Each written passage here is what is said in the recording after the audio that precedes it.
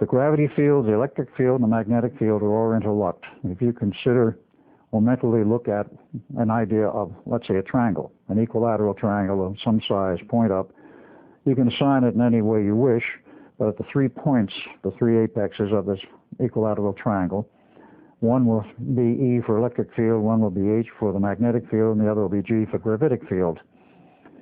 If you interconnect these fields by electronics and electronic means, and that takes a great deal of math, and it took many years to understand how to do it, but this is what Tesla came up with, and of course the rest of the people at the Institute.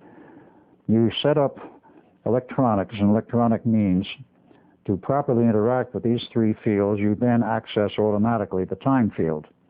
When you access the time field, and this of course is in a small localized area, depending upon how much power you put into this, you access it and you can manipulate the time field within a small, or perhaps not quite so small, area for effects which are local. If you visualize a donut, this would be the easiest way to do it. A toroid, but let's say a donut, which everybody I think has seen, but a toroidal structure resembling a donut. This thing is a closed circuit. Time is a closed loop. This is very advanced math, very vast concepts, in which there is quite literally no beginning and no ending. There is a point which one can say is plus and minus infinity. This is a mathematical concept, which perhaps doesn't have any direct feeling in reality. But this is a concept. There is a point, you might say, is the beginning and the ending, the alpha and the omega. And you can go through that point, but we're not there. We're at some point in the time field, and in the terms of this torus or donut, if one describes a line around the edge, such as a full circumferential line, enclosing the torus, enclosing this donut, this is the reality line of time as we understand it, time being 3 vectors, but the first vector, T1, the so-called 4th dimension, is time as we know it, time as we measure it with a clock, as we can measure it astronomically by the movement and the position of the stars. This is fairly easy to grasp. Time also has another aspect, another vector called T2, which is at right angles with the first. Now, if the time we understand and measure is along the edges of this torus, or this donut, if you look at the donut as a 3-dimensional object, you can describe a certain amount of circumferential rotation around it. You can literally trace around the donut fully around one edge, and as you go, if it's a helix, you go around the whole donut describing it. This is T2. It is at right angles to the linear flow. And this right angle coil, if you will, is the second vector of time. We don't measure that, but it is the one which controls T1. Now what we were doing, and we're speaking now theoretically, is accessing the time field, and in order to access time itself, if I use that term, you have to go 1 order higher in order to affect everything that's below it. Going 1 order higher is when you go to T2 and you affect T2, and therefore you can control within that limited area that you're working with, because the force of the electronics and the artificial field you create doesn't go through the whole Earth and through the whole universe. It's very much restricted, depending on how much power you have to affect the immediate area. This is one reason why they went to such high power in the early experiments, not the very first one Tesla did in 1940, but the subsequent ones. And that is the problem, which developed extremely high power, which became very destructive to the nervous systems of the sailors. But by doing this, you access time with the other 3 forces, and because of that, you can create a localized time field, and you can then play games with it. When I say games, again, I'm speaking mathematically and in theory. And what you can do, if you could create a field large enough to surround an object, whether it be this table or, say, a larger object like a ship, which is what, of course, we're concerned with, what you are doing is creating a field, literally a donut or torus field around that ship. The ship is within the hole, so to speak, but the fields are around it, and it affects time around that ship. Therefore, you can rotate the time field slightly as you go away from the line of reference, which we call time, or T1. T0 if you want to call it that. As you go away from that by creating a field which starts a rotation around the edge of this donut, you will get to a point at approximately 60 degrees rotation where light passes through the object. It is then invisible. The only reason it is invisible, it's still there. The only reason it's invisible is because there is no longer a reflection of energy. If you reflect light, the radar energy, you will get energy fed back to you. You will see it, a camera will record it, or the radar system, of course, will record a return of energy and create an image. No return, no image, i.e., it's invisible. That sounds very simple. It's really not. There are other means for, let's say, portraying or actually creating an idea of invisibility. There are other systems proposed. One of the magicians went to the Navy many, many years ago and says, I can create a illusion which can be made effective to make a whole ship invisible. The Navy listened to this man and then classified the whole project and everything he said. So nobody knows what it is he really said. Apparently the Navy thought enough of it, they thought they had better classify it. There are other ideas which have been proposed, but there's one other aspect of this I want to make clear. There are certain chemical solutions, I at the moment forget what they are. If you put them in a glass, and set the glass, let's say, on a table, the chemical solution, if it has the same index of refraction as the glass, becomes totally invisible. You can't see it in the glass. This is essentially what I'm trying to say. If you make the index of refraction in the area where the ship is 1, there's nothing there to see. It's there, but you can't see it, just like the chemical solution inside the glass. You can't see it. Water you can see, it's close to the same index of refraction as glass, but it's not the same. It's different than air. It bends light. Because it bends light, you see the water. Light will bounce off of an object or it will go through it. And depending on whether it goes through without obstruction, such as very good window glass, essentially all the light goes through it and you don't see it. And glass, of course, is a combination of basically oxygen, silica, and a few other chemicals. And it's almost pure oxygen, which perhaps most people don't know. But there are many ideas, and the basic one we were working with was very complex. It required enormous amounts of power. But an initial test that Tesla did, as he conducted this in 1940, didn't require the power that was used later. And they did take the precaution. All personnel were removed from the ship when they had the power turned on, and the ship was completely invisible to sight or to a camera. Radar is nothing but electromagnetic energy at a lower frequency than light. So if you can make it invisible to light, theoretically it's invisible to radar, which did prove to be the case at a later point. Tesla was involved with this all the way up through March of 1942. With that successful test, what happened was, of course, that Roosevelt got the news and he says, well, Mr. Tesla, I'm going to give you a real ship now. I'm going to give you a battleship. If you can make that invisible, you can make anything invisible. So a battleship was moved into the backyard of the Philadelphia Navy Yard in the area which is, at that time, was for classified work, classified efforts. Tesla went to work, of course, to prepare the equipment for that.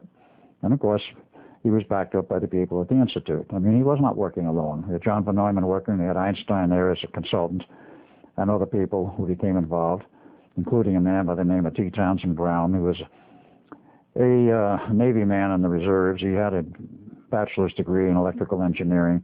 I'm not going to go into his whole history.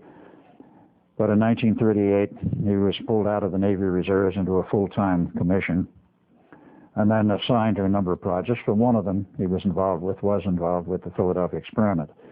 He contributed a lot of work in terms of the RF systems, particularly the antenna system, which was used to create the electric field. And that was one of his contributions to the experiment. He perhaps is better known for the fact that he worked on the degaussing systems, and he developed the degaussing systems for the German magnetic mines. In the early stages of that, they used to wrap cables around the entire ship, create a pulsed magnetic field strong enough so that if a magnetic mine was near the ship, they would, at a safe distance, would be exploded. Not too near the ship, obviously. The magnetic mine worked not by contact of a probe, but by the proximity of a large mass of iron or steel, which of course all the ships were then. Today there's a lot of aluminum, the hulls of the smaller ships. It would detect the mass of metal. It would have changed the magnetic flux of a magnetic system inside the mine, trip it, and of course would explode, and theoretically would blow the ship apart without any physical contact with the ship. That system, of course, the Germans developed about 1938. T. Townsend Brown found the remedy, if you will, for it. And that was one of the things he did. And it did bear some relationship to what came later in the Philadelphia experiment. Some people, such as John J. O'Neill, thought it was nothing but an extension of T. Townsend Brown's work on the magnetic mines. It was not. There was similar technology involved, but only a small part of it.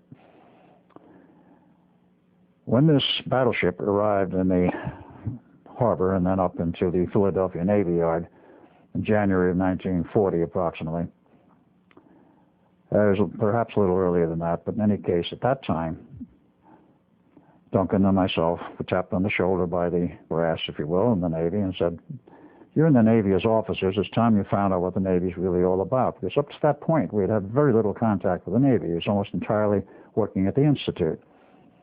Aside from that fact, of course, we had a social life. It was quite easy, and around Princeton and that whole area, of course, there were a lot of social activities. We were part of it. We took part when we could. Because at that point, before the war started, it was not dawn to dusk and then all-night type operations. It was on essentially 8 to 5 basis.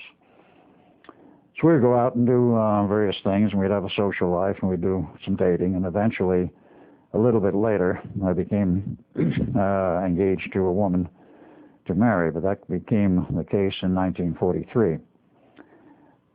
In that period, we had some social life. We went around, we learned a lot about Philadelphia, because it's not that far from Philadelphia. It had a great deal of social life going.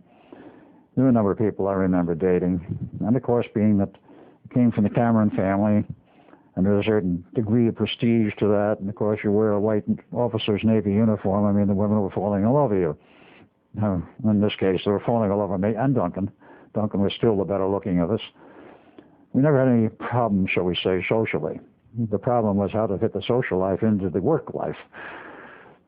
That was an interesting competition. When we went to the sea in the Navy, of course, that ended. And we were all over the Pacific until October of 1941. The Pennsylvania came into dry dock at Pearl Harbor. It was due for an overhaul. It, of course, had been launched in 1916, commissioned in 1916. It was a quite old battleship, actually, but still, shall we say, very seaworthy. It was a favorite of Roosevelt, and it was, at that point, the flagship of the fleet. It went into Pearl Harbor, into dry dock. We took leave, first in Hawaii, then we went to San Francisco. And on December 5th, 1941, we were about to board a Navy plane at the Alameda Naval Air Station when we were intercepted by a Navy captain that says, "Gentlemen, your orders are canceled. Come with me." And we followed him into an upstairs room at the Naval Air Station and met Hal Bowen Sr. This was the first time we had met him. He was the director of the Office of Naval Engineering, as they called it in those days. It's since been renamed the Office of Naval Research. And he says, "Gentlemen, your orders are canceled. We have reason to believe the Japanese are going to attack Pearl Harbor within 48 to 72 hours, and we don't want you there. Stay here in San Francisco. It's the home port of the Pennsylvania. So there may be some paperwork and things you can do, but take all the time you want off. Have a good time. In January, you go back to the Institute, and there'll be nothing but hard work, I can assure you." So we did exactly that. We continued our leave, if you will, in San Francisco. Had an absolute ball. San Francisco was always wide open for sailors, and we didn't have any problems. And of course, history records that on December 7th, the Japanese attacked Pearl Harbor. It was known in advance by certain people in the Navy and in the military and the brass. And it was known in advance, as I found out many, many years later, as Alfred Bilek, by a woman whose husband at that time was stationed in Pearl Harbor in 1941. And it was interesting to note that the people expected an attack for 2 months prior to December 7th, but nobody knew whether it would come or when. all the male population of the island of Hawaii, I should say the island of Oahu, which is where Pearl Harbor was, were armed. The military gave sidearms to every male of appropriate age, 18 or over, on the island, expecting an invasion. Now, the population expected it there 2 months before it actually happened. What about all of the hoopla afterwards that it was a surprise sneak attack? Oh, yes, we were surprised, all right, because, shall we say, it was set up in order to get us into the war. That is, of course, a part of history I do not wish to deal with at this point. It's not necessary. But we were not there when it happened. In January, we returned, of course, to the Institute of Advanced Studies, January 1942, and preparations were underway and well advanced for the test on the battleship. Now, they did not want to cut into the deck of the battleship in order to, shall we say, bury machinery and equipment below decks. If the ship were being built and there was known that they wanted to put this type of equipment on board a ship, then they would have made preparations for a space to store the equipment. But this was, of course, the first stage of a series of experiments. So everything was lashed to the decks and the heavy equipment was on the dockside. Tesla, getting back and talking with him, was very concerned about the fact that his calculation showed you had to go up to many, many times the power, almost 100 times the power used for the initial test. And we're talking megawatts of RF energy and many kilowatts of electrical energy through the coils. You designed 4 coils to go on the deck of the ship, whatever ship it might be, which were conical. He loved, I might add, conical coils instead of the flat ribbon wound or the typical type that you wind on the core of a transformer, which is flat, layer by layer.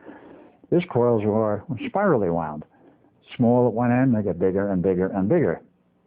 He considered them more efficient. He even made flat coils, which were spirally wound. He said they were more efficient than the standard techniques then being used, and to this day being used.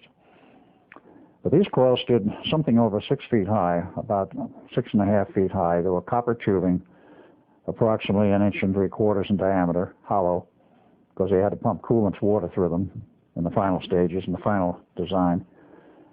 And one cable connecting the top and, of course, one at the bottom. They'd sit 4 of these on the deck of the ship, whatever one it was, whether it was a battleship or whether it was a later work on the Eldridge. And they would be pumped with AC power from special alternators which were designed for this job. They provided the magnetic field. The electric field was internal to this. There was a special antenna which was designed in the stages for the battleship and on as a quadriphase antenna, which means there were 4 segments 90 degrees apart around, shall we say, the periphery of a mounting tube. And these things are sort of embedded. Because it was high frequency, they can embed it as a rod, insulated, 90 degrees displaced from each other. So you had them in a 4 quadrants, so to speak, of the circle, 90 degrees apart. And each one of those are fed separately with an RF system, where the energy that was pumped to them was 90 degrees out of phase with the next one, and so forth around the whole circle.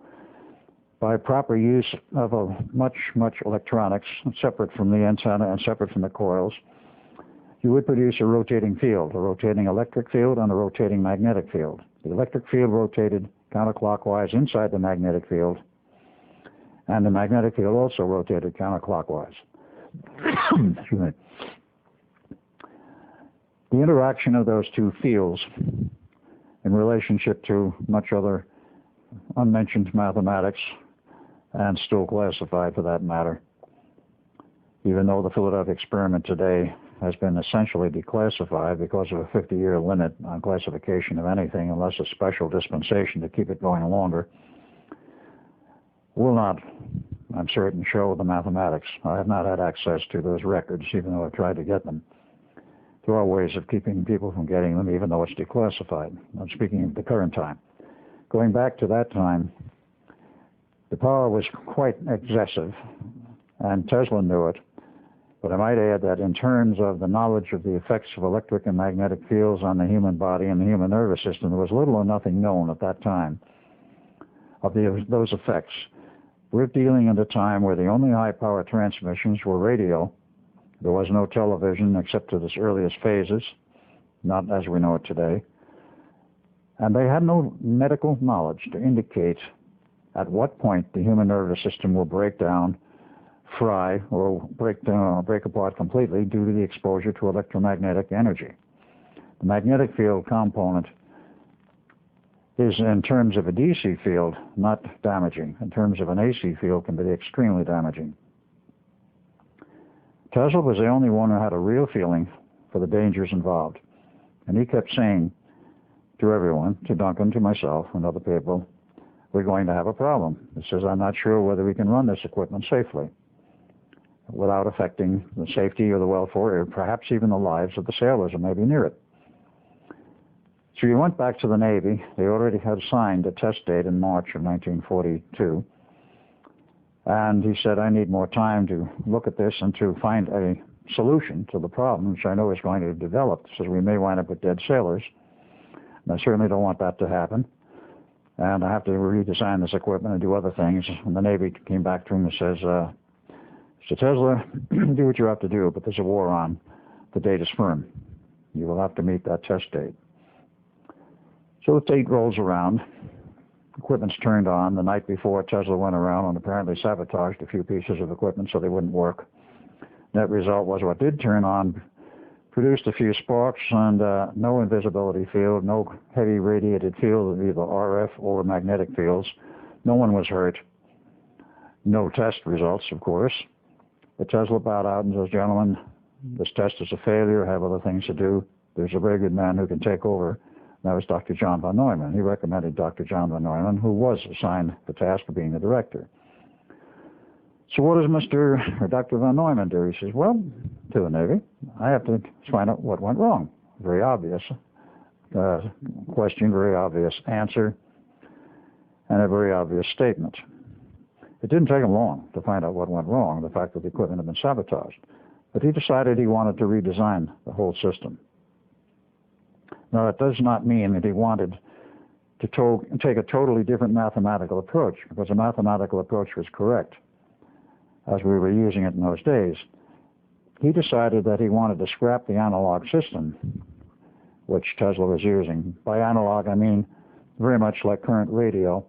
You have an RF carrier that is modulated with the voice or music, and it's a continuous modulation. It's